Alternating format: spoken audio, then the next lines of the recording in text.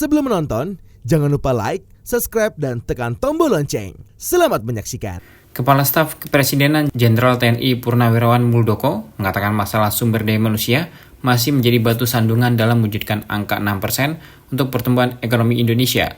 Hal tersebut disampaikan Muldoko saat memberikan kuliah umum kepada ratusan mahasiswa Universitas Tarumanegara di Auditorium Untar Kampus 1 Gedung M, lantai 8, Jakarta. Kuliah umum ini dimoderatori oleh Rektor Untar Profesor Dr. Insinyur Agustinus Purnawirawan. Muldoko yang juga sebagai Ketua Umum Perkumpulan Industri Kendaraan Listrik Indonesia atau Periklindo mengungkapkan rendahnya Human Capital Index atau HCI yang dimiliki Indonesia menjadi persoalan yang patut mendapat perhatian. Selain HCI, data Indeks Pembangunan Manusia atau HDI juga tergolong rendah.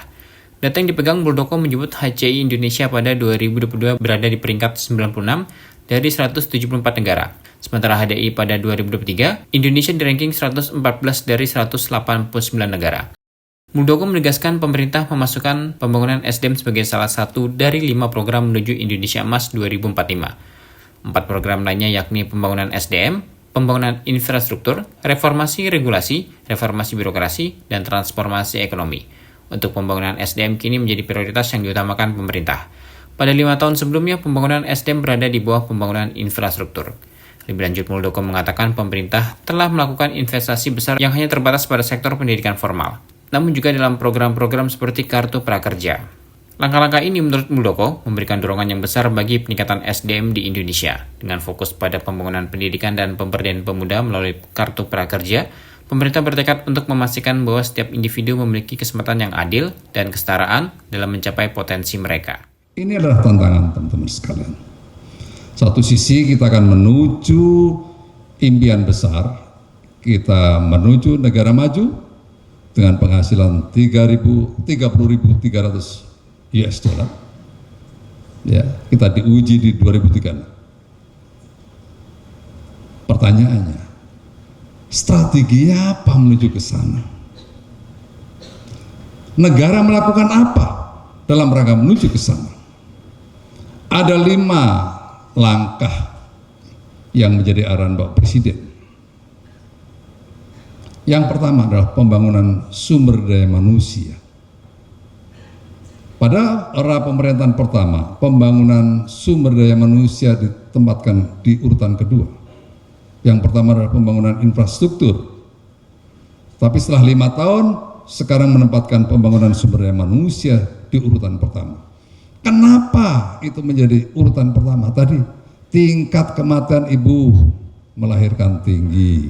Angka stunting awal pemerintahan kita 37%, sekarang baru 21,3%. Kita targetnya 2024 ini 14%. Nanti siang kita akan rapat dengan Bapak Wakil Presiden. Kenapa ini nggak turun-turun? Sementara itu, di acara yang sama, Ketua Pengurus Yayasan Tarumanegara Profesor Dr. Aryawan Gunandi SHMH mengungkapkan pentingnya menjaga kontinuitas program dalam pemerintahan yang berkelanjutan.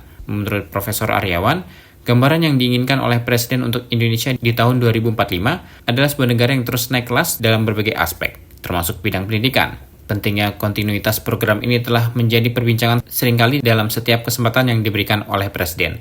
Menurut Profesor Aryawan, hal ini menunjukkan keyakinan Presiden bahwa keberhasilan dalam mencapai visi 2045 memerlukan langkah-langkah yang terencana dan berkelanjutan. Saya 1 bulan yang lalu sempat dengan beberapa perwakilan kami dipanggil di Istana Bogor oleh Pak Jokowi, Pak. Jadi langsung di depan beliau mengutarakan mengenai Indonesia Emas di 2045. Saya mendapatkan gambaran apa yang beliau inginkan di 2045. Salah satunya adalah menginginkan harapannya supaya ke depan pemerintahan yang berlangsung itu bisa terus naik kelas.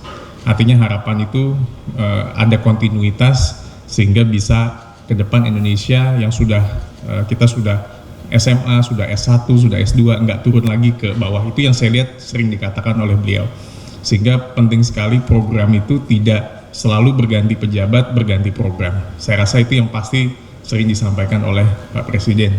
Dan saya yakin roadmap itu sudah dibuat oleh pemerintah dan roadmap itu yang akan terus lanjutkan untuk kepemimpinan yang berikutnya. Tim Eljon Media laporkan.